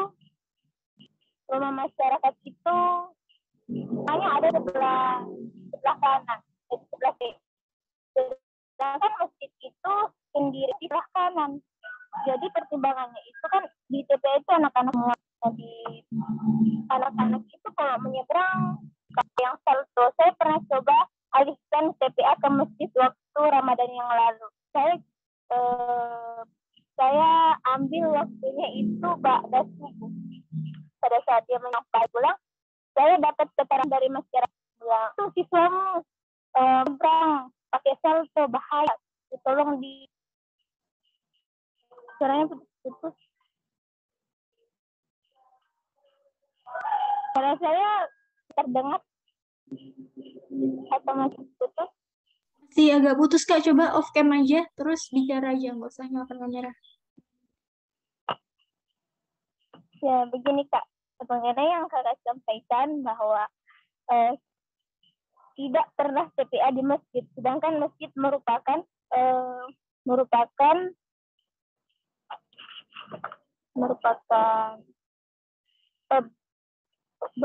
tempat untuk membentuk umat, dan di situ juga peradaban Islam dimulai dari masjid.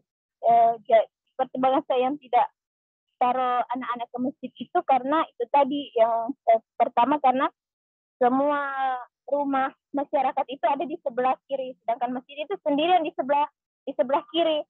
Terus pertimbangan kedua itu karena juga anak-anak itu harus menyeberang kembali, menyeberang ke masjid, dan menyeberang itu main-main, ada yang salto, ada yang katanya tinggal menghayal dulu sambil makan kue, menurut keterangan dari masyarakat. Terus pertanyaan saya Kak, kan mengenai yang Kakak bahas tadi, yang Kakak jabarkan bahwa anak-anak akan menjadi pribadi yang tidak mengenal dirinya sebagai umat Islam jika jauh dari masjid. Terus manusia itu harus didekatkan terus-menerus dengan Tuhannya, mengaktifkan kembali masjid sebagai sumber peradaban dan meningkatkan kesadaran ilmu di sana.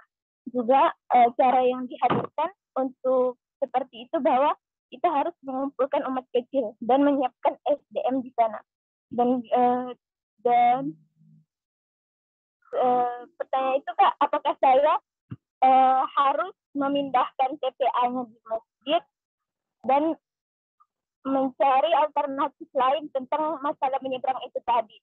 Terus yang kedua, yang sempat saya tulis bahwa membentuk umat itu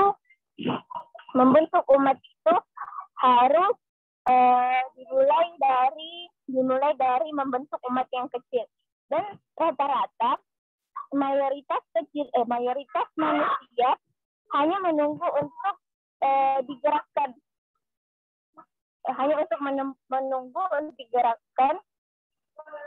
seperti membuat kegiatan di masjid dan sebagainya.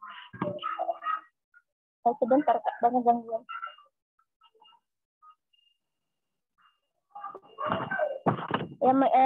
Mayoritas umat manusia hanya menunggu untuk digerakkan. Di sini Kak, saya terkadang memiliki rencana untuk membuat kegiatan di masjid seperti melibatkan anak-anak di TPA, tapi masalahnya itu tidak ada yang dukung. Teman-teman remaja, teman-teman atau orang-orang tua masyarakat kadang itu bilang mereka terpecah belah, misalkan yang setujunya cuma satu orang, dan yang seperti Kakak sampaikan tadi bahwa kita bergerak itu harus bersama-sama, tidak tentang satu orang, seperti Rasulullah, dia punya sahabat untuk mendorongnya bisa menggerakkan masyarakat. Di sini juga betul sekali bahwa umat itu harusnya bersatu di masjid, tapi nyatanya sekarang terpecah belah. Masjid jadi sepi, masjid hanya sebagai persinggahan untuk istilahnya melepas kisah sedih. Itu saja Kak dari saya. Assalamualaikum warahmatullahi wabarakatuh. Waalaikumsalam, Mbak Anissa. Bagaimana Mbak April, langsung ditanggapi atau? Boleh, langsung dijawab saja. Terima kasih Mbak Anissa. Yang pertama ya, marilah kita tengok pada tradisi keilmuan umat Islam pada masa yang lalu. Jadi para ulama itu ya mengajarnya kan di masjid.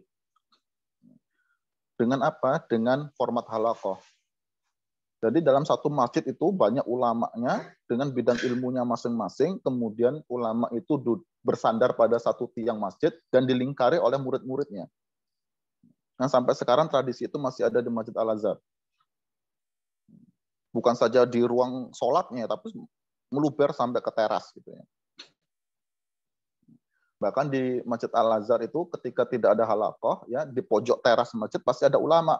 Ya, duduk saja di sana menunggu masyarakat untuk meminta fatwa, gitu ya. Masyarakat konsultasi. Dan itu menandakan ya para ulama itu bersatu di masjid dan umat itu datang ke masjid karena melihat ulamanya bersatu di masjid. Sekarang tinggal masyarakat itu milih mau belajar apa di masjid itu.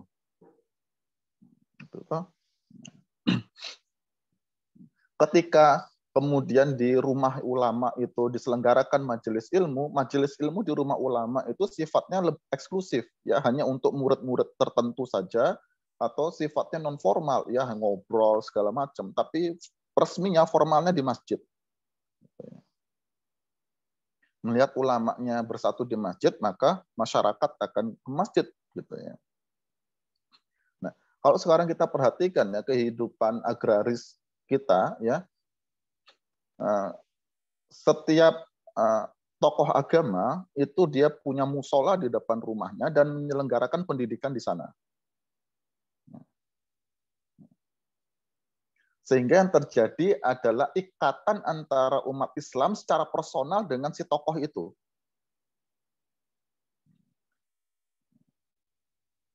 Itu untuk kehidupan desa bisa oke gitu, untuk kehidupan desa ya. Karena kehidupan desa itu kan homogen dan lingkupnya terbatas ya. Kok sekarang kan kehidupan kota kan lingkupnya global gitu ya. Sehingga yang terjadi adalah kumpulan jamaah itu memiliki ikatan sosial yang sifatnya personal dengan suatu tokoh agama. Yang belajarnya di surau-surau, di musola dan segala macam. Dan itu dikritik oleh Sidi Ghazalba. Kritik Sidi Ghazalba itu tahun 1962 ya. Sampai sekarang masih relevan ya. Dengan praktek itu masih dilanggengkan di masa industrialisasi, kita tidak akan bisa membentuk umat yang sifatnya global. Ya, pembentukan umat yang sifatnya global itu tidak boleh keterikatan secara personal dengan satu tokoh, itu nggak boleh. Jadi kita itu diikat dengan masjid sebagai institusi umat, gitu, bukan dengan tokoh. Nah sekarang Mbak Anissa dipahami dulu lingkungannya sekarang apa? Apakah pedesaan, ataukah dalam tahap peralihan dari desa ke kota, atau kota awal, atau sudah kota terindustrialisasi, dia menuju megapolitan, metropolitan, dan lain sebagainya. Harus dicek kembali. Karena secara sosiologis kan akan berbeda-beda gitu ya. Kalau sekarang kita hidup di kota-kota besar seperti Jakarta, Surabaya, Bandung, Medan, Makassar gitu ya, dan Pasar dan lain sebagainya, tidak lagi kita relevan menggunakan cara seperti itu. Ya. Umat diikat dengan tokoh agama gitu loh, ya, satu tokoh agama, karena nanti akan munculnya sifatnya ideologis, kesadaran ideologis.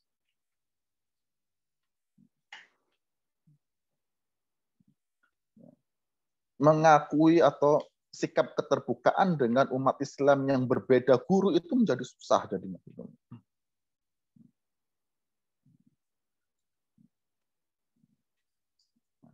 Sekarang Mbak Anissa coba dicek dulu kondisi lingkungannya bagaimana. Kalau ternyata di kota besar, ya marilah sekarang dari masjid. Bagaimana agar, kan masalahnya teknis tadi Mbak ya, karena masalah penyeberangan, masalah posisi rumah penduduk dan segala macam. Marilah jadikan masjid itu sebagai, seluruh program masjid itu sebagai program bersama. Jadi ketika ada TPA itu bukan hanya urusan guru ngaji dengan anak-anaknya, itu urusan gawe masjid itu. Kalau kita sekarang bisa mengatur penyeberangan, sekolah itu bisa mengatur penyeberangan, mengapa masjid tidak bisa mengatur penyeberangan? Kan ada zona sekolah, kok, penyeberangan zona sekolah. Mengapa masjid tidak mampu untuk itu? Kan ini hanya masalahnya teknis. Gitu. Jangan mengorbankan persoalan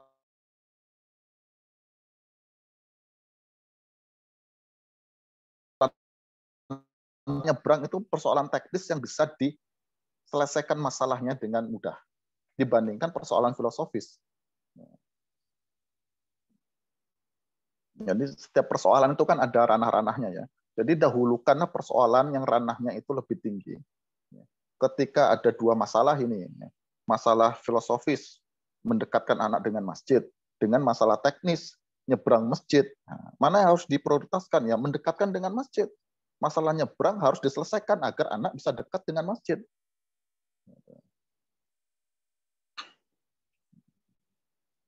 Nah, ini kembali lagi ke kesadaran ya, masjid itu sebagai rumah bersama, gitu ya, umat Islam, sehingga segala program masjid itu gawe bersama, bukan gawe pengurus, bukan gawe takmir, gawenya jamaah. Gitu. Ya.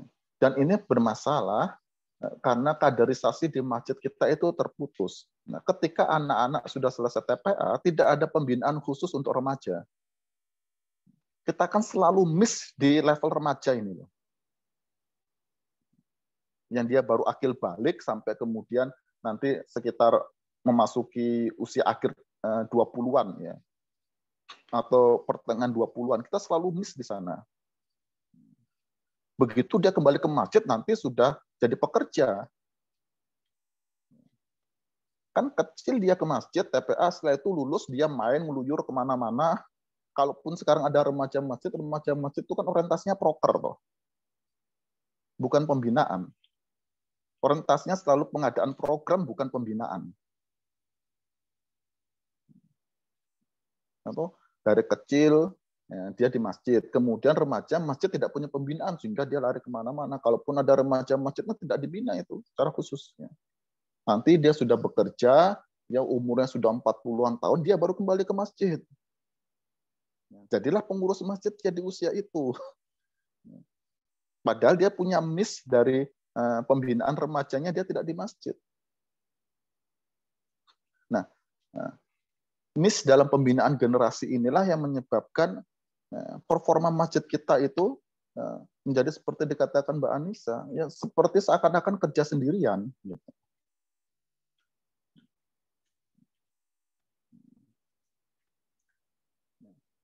Dan kalahnya masjid dari ruang ekonomi itu kan membentuk persepsi kita umat Islam masjid itu hanya untuk ibadah sholat saja, atau ibadah mahdhah saja. Kita ke masjid hanya untuk keperluan sholat, apakah jamaah atau munfarid. Sementara kebutuhan sehari-hari kita dapatkan di pasar. Dan itu mempengaruhi persepsi kita terhadap masjid. Nah, persepsi itu dipegang oleh pengelola masjid, takmir masjid. Maka jadilah masjid hanya sebatas tempat menyelenggarakan ibadah mahdhah. Begitu ada anak-anak muda ya terlibat di masjid, dia menjalankan program, tidak disambut baik, tidak didukung sepenuhnya. Karena persepsinya masjid hanya tempat ibadah mahdhah. Lalu bagaimana cara memperbaiki kondisi itu? Kata Kunto, ya katalisatornya harus anak muda itu menjadi pengurus masjid. Kalau saya itu mengampu mata kuliah arsitektur masjidnya untuk semester 6. Saya wajibkan semua sunnah muakkad kan, tidak wajibnya. Sunnah muakkad, mahasiswa itu jadi pengurus masjid. Aktif di masjid. Minimal 6 bulan. Kalau dia aktif di masjid minimal 6 bulan, minta surat pengantar dari pihak takmir masjid bahwa dia memang aktif di masjid minimal 6 bulan. Nanti saya kasih reward, 1 grade nilainya itu naik. Saya sunnah muakkadkan. Kemudian tugasnya saya wajibkan untuk pengabdian di masjid. Masjid permukiman masing-masing, di perumahan masing-masing, selesaikan masalah di sana. Komunikasi dengan takmir, komunikasi dengan jamaah. Cari masalah masjid di sana. Selesaikan bersama-sama di rembuk itu. Buatkan laporannya, kemudian serah terima laporan, baru saya anggap tugas selesai.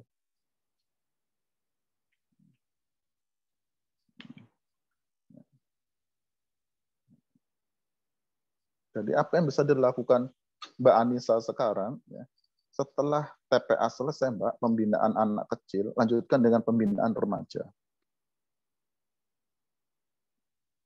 Jangan dilepas gitu ya. Remajanya tetap dibina. Ketika dia sudah remaja dibina, besok dia memasuki fase dewasa, dia memiliki ikatan emosional, sosial, dan intelektual dengan masjid yang kuat. Sehingga dia nanti ketika melanjutkan masjid itu, persepsinya sudah benar. Gitu. Sehingga kesulitan yang dialami Mbak Anissa pada hari ini tidak dialami pada generasi mendatang. Itu yang penting. Kira-kira begitu ya Mbak Anissa dan Mbak April, Allahu a'lam. Baik, Bapak, bagaimana Kak Anissa? Apakah sudah jelas?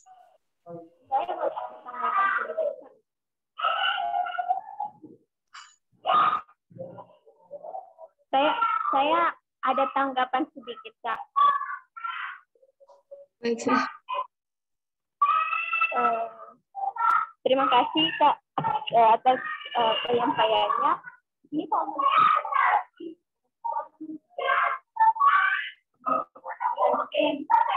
Boleh diketikkan di kolom chat saja, Kak.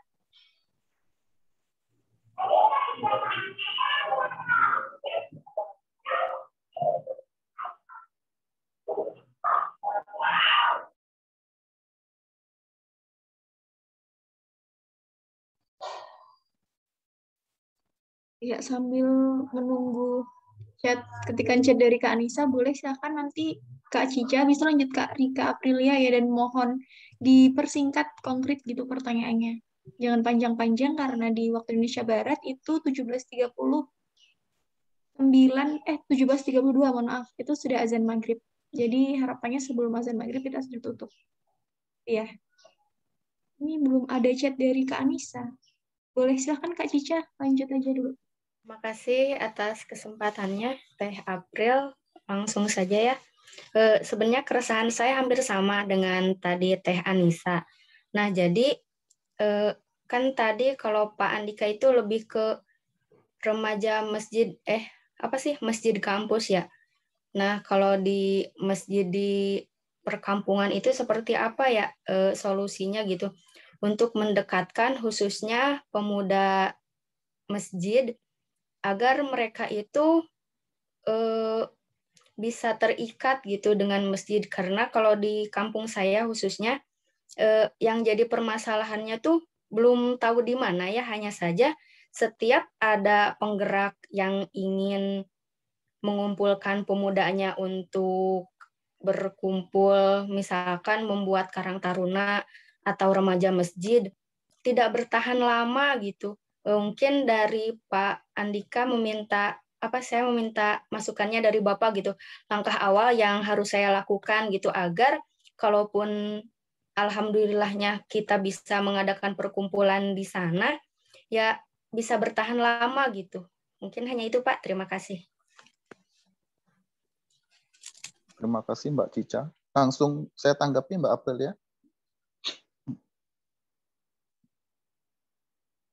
Nah, ini yang saya maksud tadi rembesan horizontal itu ya. Jadi kawan-kawan yang sudah tergabung di masjid kampus sebagai umat kecil itu setelah selesai pembinaannya di masjid kampus atau di tengah pembinaan itu, kembalilah ke masjid permukimannya masing-masing. Jalinlah hubungan antara masjid kampus kalian dengan masjid kalian di kampung itu. Melalui program, dosen-dosen di kampus itu kan punya program pengabdian toh. Sekarang ya dibutuhkan dosen-dosen itu juga terlibat di masjid kampus sebagai umat kecil bersama mahasiswa, ya, sehingga program-program pengabdian itu bisa diarahkan ke masjid-masjid perkampungan permukiman seperti Mbak Cica ini. Iya, Pak, mohon maaf sebelumnya karena saya itu bukan bagian dari masjid kampus ya, jadi saya emang kurang paham gitu konsep yang ada di masjid kampus seperti apa. Bisa jadi juga ada masjid kampus, juga masjid kampusnya tidak punya program apa-apa. Ya sekedar masjid di kampus gitu saja. Toh. Dia tidak spesifik. Bahkan sekarang masalah kita juga masjid kampus itu dibaca oleh KUA loh. Ya. Masjid kampus dibaca oleh KUA, jadi masjid KUA. Ya. Yang mempromosikan nikah muda. Ya, toh. Kajiannya kajian pernikahan, kajian mini-mini, bahkan sampai kajian poligami, semuanya di masjid kampus. Masjid kampus bukan untuk itu. Ya, itu perannya masjid KUA itu. Masjid kampus punya peran untuk melakukan transformasi kehidupan di tengah era industri ini, menyiapkan umat kecil. Ya. Saya itu sudah sejak lama mengusulkan ya masjid kampus itu dia harus punya program pendidikannya sendiri. Pendidikan ketakmiran.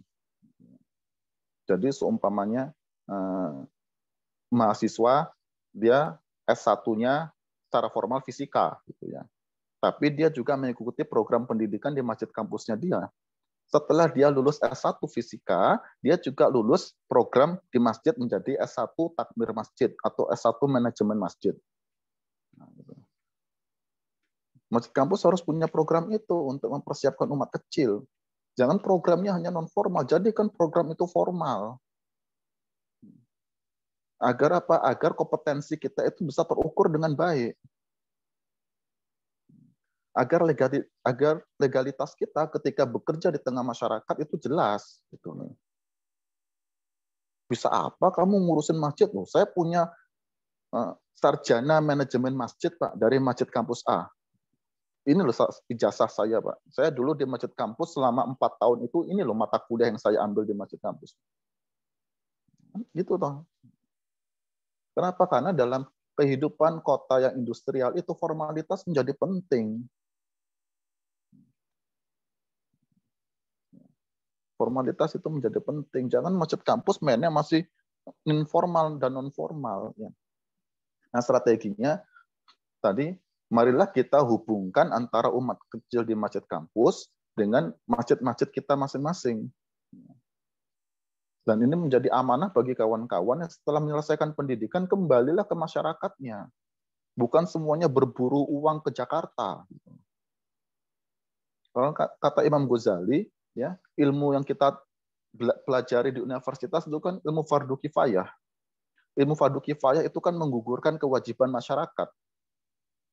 Setelah kita belajar menggugurkan kewajiban masyarakat, wajib kembali kepada masyarakat itu, di mana kewajiban itu kita gugurkan. Jangan sampai di Jakarta kelebihan arsitek, kalau jurusan saya arsitektur. Kembalilah ke kampung masing-masing. Bangun kampung kalian, bangun masjid kalian di sana. Nah, sehingga nanti masjid kampus itu dia punya jejaring banyak masjid. Umat kecil di masjid kampus, dia punya jejaring banyak masjid di permukiman-permukiman sampai ke pelosok-pelosok itu. Nah, contoh ya, di masjid di perkampungan, ya, ini saya menggunakan perspektifnya Sidi Ghazalba ya. Kita itu untuk membangun umat itu jangan hanya pendekatannya teologis, dikasih ayat. Ya ayuhan nas ittaqullah, mental weh. Ya. Karena kita hidup di zaman modern, pembangunan spiritual itu harus berjalan beriringan dengan pembangunan jasmani. Contoh kalian jurusan pertanian, ya, maka hubungkanlah masjid kampus kalian dengan masjid perkampungan kalian. Kalian lihat di sana pertanian itu sedang sengsara. Banyak tanah pertanian dialihfungsikan. Jumlah petani semakin menurun. Tariklah pemuda-pemuda itu untuk menjadi generasi masa depan petani di sana. Melalui Baitul Mal, sekarang wakafkanlah tanah-tanah itu dikelola oleh masjid untuk pertanian. Berilah mereka masa depan di bidang pertanian yang dikelola oleh masjid. Jadi bukan sekedar mengumpulkan remaja di masjid. Nah, setelah dikumpulkan mau ngapain ini remaja? Masjid harus bisa membuka masa depan bagi mereka.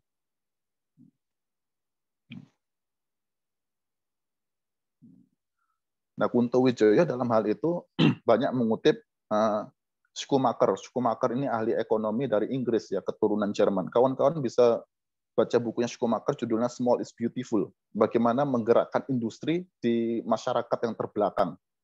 Gitu ya. Konteks kita ya perkampungan itu. Gitu ya. Jadi nggak perlu industri besar, pabrik itu nggak perlu. Industri yang basisnya perumahan itu bisa. Bagaimana dengan masjid, ya, punya tanah wakaf pertanian, generasi muda dididik di bidang pertanian, sehingga di sana swasembada pangan. Nah, sekarang kan masalahnya banyak sarjana pertanian pengen jadi kasir bank, itu kan masalah. Atau sarjana pertanian pengen jadi komisaris bank. Salah itu urusannya. Apalagi sekarang banyak perkampungan justru orientasi menjadi desa wisata. Itu salah besar loh. Desa wisata itu tidak sustain loh. Begitu pandemi tutup itu wisata, habis masyarakatnya. Nah, wisata sekarang kan wisata foto-foto aja. Itu tidak sustain gitu. Kira-kira begitu Mbak Cica ya. Nah, ini menjadi kerjaannya Mbak Cica dan kawan-kawan yang lain. Jangan sekedar ngumpulin remaja, tapi remaja itu harus digarap, dibina, mau ngapain gitu. Kalau masjid bisa membuka masa depan bagi mereka, mereka seumur hidup akan ngabdi di masjid. Itu yang dikatakan oleh Siti Ghazalba. Ya. Berilah mereka makan dan berilah mereka petunjuk untuk hidup zaman sekarang ini. Kira-kira begitu. Allahu a'lam. Terima kasih kepada Pak Andika untuk masukannya dan mudah-mudahan kita semua bisa berkontribusi gitu di desa masing-masing. Terima kasih Pak. Amin. Amin. Lanjut kepada Kak Rika, ini mau dibacakan atau mau baca sendiri Kak? Halo Kak Rika? Iya Kak, boleh dibacakan saja Kak. Oke, baik.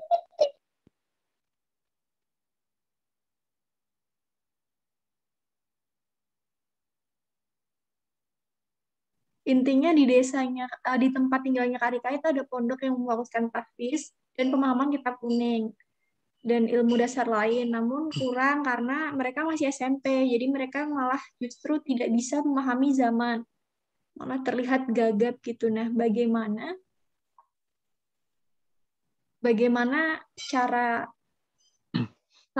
saran dari Bapak? Apakah harus ada sistem yang dirubah atau pemahamannya atau hal lain yang harus dibenahi? Kan, Pak? Terima kasih Mbak Rika ya. Yang pertama itu ya tahfidz itu penting ya karena dalam taksonomi Bloom ya, menghafal itu kan tingkat pertama. Ya, jadi memang menghafal itu harus diajarkan.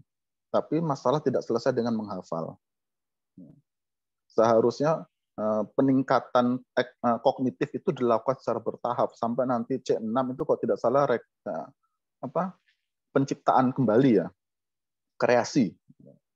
Nah, kreasi dalam konteks ini ya dia mampu menjadi bagian dari umat kecil yang mengenali masalah di lingkungannya, ya, memberikan solusi dan menggerakkan masyarakatnya. Sehingga tahfidz itu hanya tingkat awal dari belajar. Bukan segala-galanya. Berarti harus ada pembenahan dari sistem dan kurikulum pendidikan. Yang kedua, ya, banyak sekarang kecenderungan kita, bukan saja masjid termasuk pondok pesantren kita, itu eksklusif. Menutup diri dari masyarakat. Dindingnya tinggi-tinggi. Gitu ya. Secara spasial dia terpisah dari kampung atau permukiman di sekitar itu. Kalau di masa Madinah, di masa abad ke-7 Madinah, ya sak kota itu masjid gitu loh. Jadi ruang di luar masjid itu menjadi perluasan dari serambi masjid. Tidak mengeksklusifkan diri masjid. Gitu. Atau seperti Universitas Kairouan ya, yang di Tunis itu ya, sak kota itu menjadi universitas. Atau nggak usah jauh-jauh lah seperti Darut Tauhidnya A'agim. Gitu. Karena arsiteknya guru saya, Pak Budi Faisal, itu saat desa itu menjadi pondok. Jadi masyarakat itu hidup di tengah-tengah pondok pesantren. Nggak ada batasan mana pondok, mana tidak. Dengan cara itulah santri itu akan secara aktif berkomunikasi dan menjadi bagian dari masyarakat di sana. Dan masyarakat di sana menjadi bagian dari pondok di sana. Gitu. Itu penelitiannya Profesor Syaum Barliana dari Universitas Pendidikan Indonesia. Ya. Ketika diteliti masyarakat di Darut Tauhid itu, mereka selalu mengidentifikasi mereka itu orang pondok, walaupun bukan santri di sana.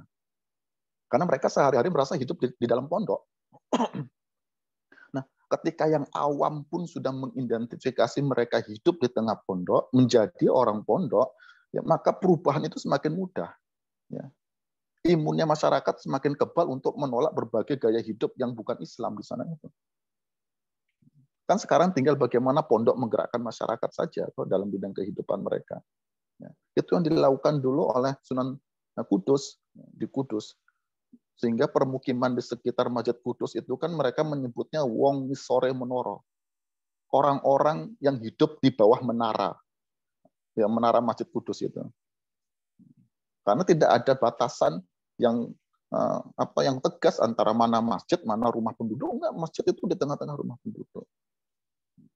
Nah, sehingga ada dua hal yang bisa ditemukan. Pertama, sistem pendidikan termasuk kurikulum di sana. Ya, berarti di sana kita bicara tadi agar Islam tidak menjadi mistik kan begitu, ya, tidak menjadi misterius. Yang kedua, masalah spasial, ketata ruangan. Marilah sekarang kita jadikan permukiman kita itu bagian dari masjid. Marilah kita jadikan sekarang permukiman kita menjadi bagian dari pondok. Memang berada di tengah-tengah kita itu pondok dan masjid itu. Tidak mengeksklusikan satu dengan yang lain.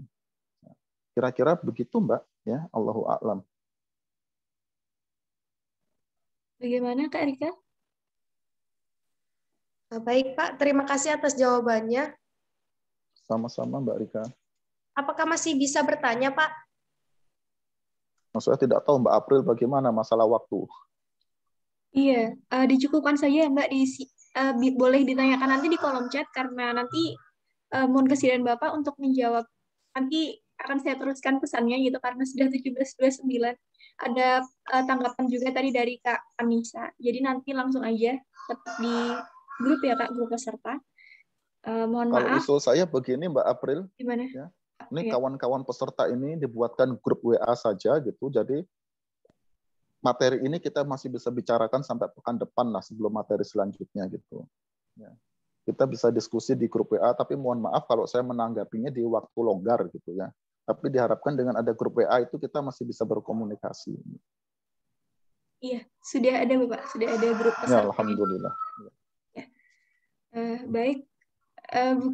Bukan saya yang memisahkan ya, karena ini waktu juga, jadi saya kira sudah dicukupkan. Terima kasih sekali untuk antusiasme dan partisipasi aktif teman-teman semua dalam menyimak dan bertanya. Semoga ilmu yang kita dapatkan hari ini nggak hanya kita dengar dan bisa kita terapkan gitu dalam kehidupan sehari-hari. Dan izinkan saya mengutip dan menyimpulkan penyampaian materi dari Pak Andika tadi, bahwa kita harus membenarkan mindset kita tentang umat. Jadi umat itu adalah kumpulan keluarga muslim yang menjalankan hak dan kewajibannya terhadap masjid.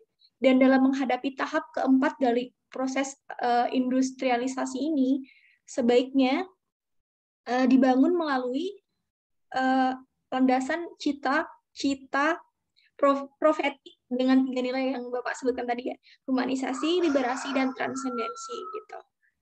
Demikian, sebelum saya tutup, boleh tolong teman-teman nyalakan kameranya untuk dokumentasi.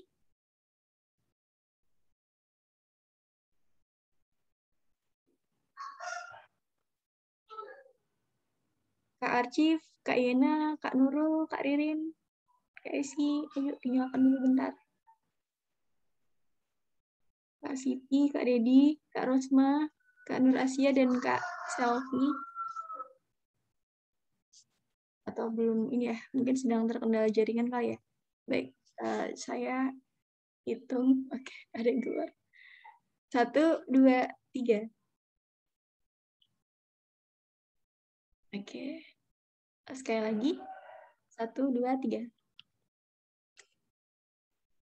Sudah, baik. Terima kasih banyak untuk Bapak dan teman-teman semua. Mohon maaf atas segala kekurangan saya sebagai moderator. Marilah kita tutup dengan sama-sama membaca alhamdulillah, amin. Alhamdulillah. Dan doa kafaratul majelis. Subhanaka Allahumma. Bila taufik wal hidayah. Wassalamualaikum warahmatullahi wabarakatuh. Waalaikumsalam warahmatullahi wabarakatuh. Waalaikumsalam warahmatullahi wabarakatuh.